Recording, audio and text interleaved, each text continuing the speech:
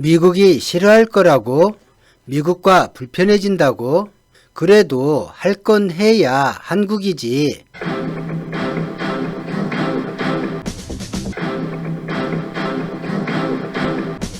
한국에서 어떤 움직임이 있고 미국이 원하는 모습이 아닐 때 한국이 들어야 하는 말이 있습니다.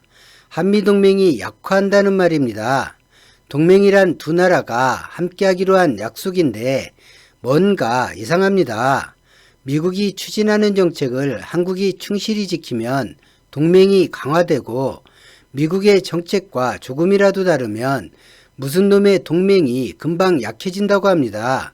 더 가관인 건 한국이 추진하려는 정책을 미국이 훼손해도 국내의 언론이나 안보를 부르짖는 세력들 누구도 신경 쓰지 않습니다.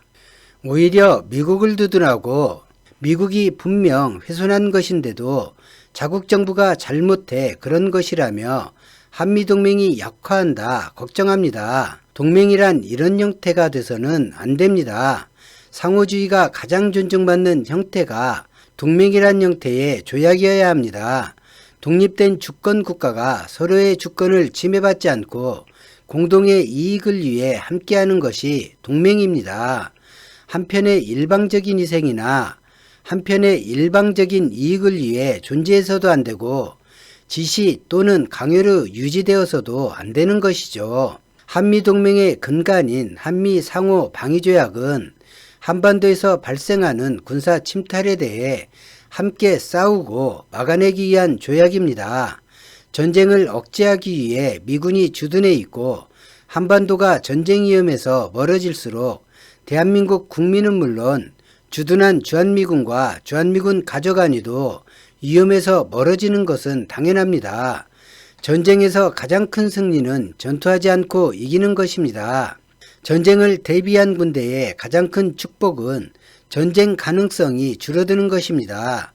군인이든 민간인이든 생명의 소중함은 같습니다. 주한미군이 왜 대한민국 땅에 주둔하는 것인가?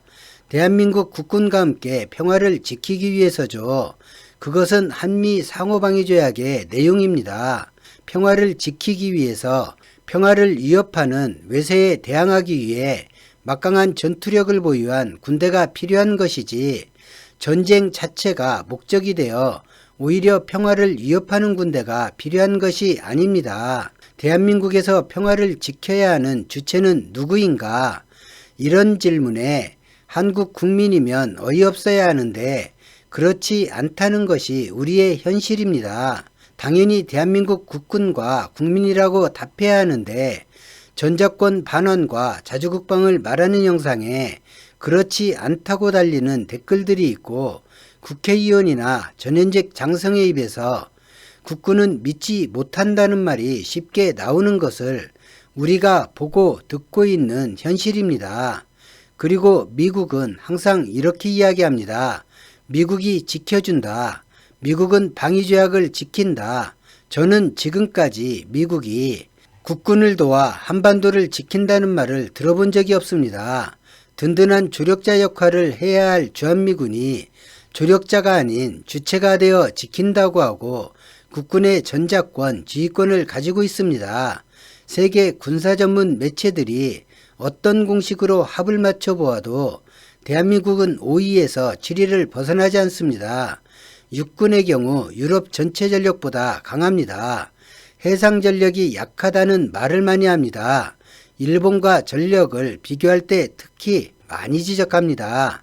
그런데 그 상대가 북한이라면 60년대 장비인 북한에 비해 대한민국이 월등히 강할 뿐더러 대한민국은 일반 국가들이 보유하지 못한 유도기술이 탑재된 순항미사일에서 세계 3위, 4위를 하는 국가입니다. 서해, 남해, 동해 어느 곳에 있는 적선이라 해도 목표물에 따라 이동하며 요격하는 대한민국의 순항미사일을 피하지 못합니다. 일본의 함선도 중국의 함선도 예외가 되지 않습니다. 그리고 가장 중요한 것은 중국이든 일본이든 북한이든 대한민국과 붙으면 최소한 함께 망한다는 것입니다. 이는 중국도 일본도 북한도 아주 잘 아는 내용입니다. 가용 병력이 예비군 포함해 300만이 넘는 이렇게 강한 군대가 고작 28,500명에 불과한 주한미군의 지휘권도 모자라 전작권까지 넘기고 그들이 주체가 되어 대한민국을 지켜야 한다고 말하면 그런 사고가 정상이라 말할 수 있을까요?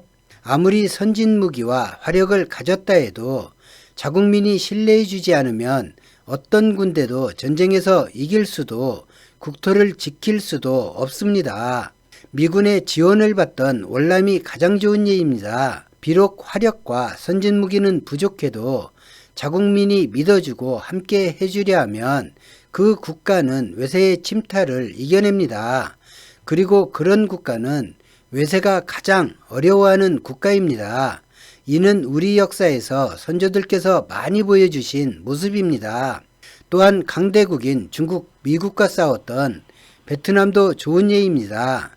한국 정부가 미국과 불편을 감수하고 전작권 지휘권을 가져오려고 해도 걸림돌은 미국이 아닌 국내의 반대 여론입니다. 국론이 분열되는 것입니다.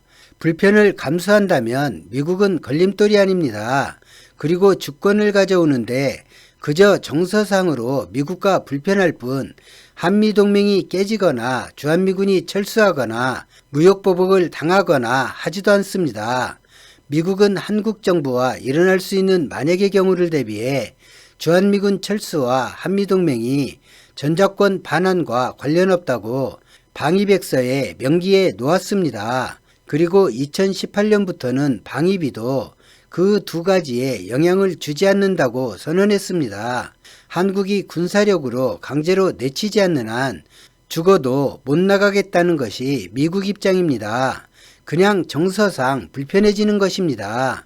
그리고 자주국방의 무게가 온전히 대한민국의 어깨에 올려지는 것이고 이는 자랑스러운 무게이고 긍지를 주는 무게이지 불편한 무게가 아닙니다. 더는 외국으로부터 안보를 구걸하는 국가, 스스로 지킬 의지가 없는 국가라는 비아냥도 듣지 않아도 됩니다. 친북, 친중 정부에서 믿을 수 없다는 분들이 있습니다. 김대중, 노무현, 문재인 정부와 이명박, 박근혜 정부의 국방정책을 비교해 보길 바랍니다. 공사나 여론몰이 당하던 김대중, 노무현 정권에서 공산주의 반대 개념인 민주주의와 자본주의가 급속히 발달했고 안정되었으며 인권 개념도 자리 잡았습니다. 시민의 권리라는 개념도 그때 생겨났습니다. 정권을 두려워하기보다 너무 친근해 함부로 대해도 되는 주권이 국민에 있다는 정서도 그때 만들어졌습니다. 문재인 정부 들어 사드 보복이 시작되었고 미국의 전방위적인 관세폭탄 공격을 받았고 일본의 수출 규제를 당했습니다. 그리고 2020년 코로나가 전 세계를 덮쳤습니다. 성장률이 마이너스지만 OECD 국가 중 가장 좋은 성적을 거두었고 IMF는 특별 페이지를 통해 한국 경제를 모범으로 설명하고 있습니다. 친북이 마치 아주 많이 잘못된 일처럼 몰아가지만 친북해야 긴장과 갈등이 줄고 대한민국에서 전쟁 위험에 따른 리스크가 줄어듭니다. 베트남, 미얀마보다 싼 노동력이 북한에 있고 언어 소통으로 사업주가 불편할 일도 없는 곳이 북한입니다. 금강산 관광도 개성공단도 남한이 막았고 정치적 이해관계로 철수한 것이지 북한에 당한 것이 아니고 개성공단을 운영한 기업주들 말에 따르면 사업을 운영하면서 어떤 위협도 느낀 분이 없습니다. 당연히 친북해야죠. 기업을 두둔하는 사람이라면 더욱 그래야 합니다. 아주 마땅히 친북해야 대한민국이 삽니다. 중국은 교역 상대로 지금 정도 관계라면 중국도 불만이 없습니다. 현재 중국의 경제정책 1순위 협력 대상국이 대한민국입니다. 굳이 미국과 멀리하는 친중은 해선 안 되겠지만 반중은 절대 해선 안 되겠지요. 손해보지 않아도 되는 걸 쓸데없는 공산당 타령하면서 손해를 감수하는 건 어리석은 일입니다. 문화를 침탈하는 행위나 못마땅한 행위를 중국은 많이 보여줍니다. 그런데 그런 행위가 반중하면 멈출까요? 양국 관계가 파탄에 이르거나 한국의 중요도가 떨어지면 오히려 더 거칠 것이 없어지겠죠. 우리는 한민족입니다.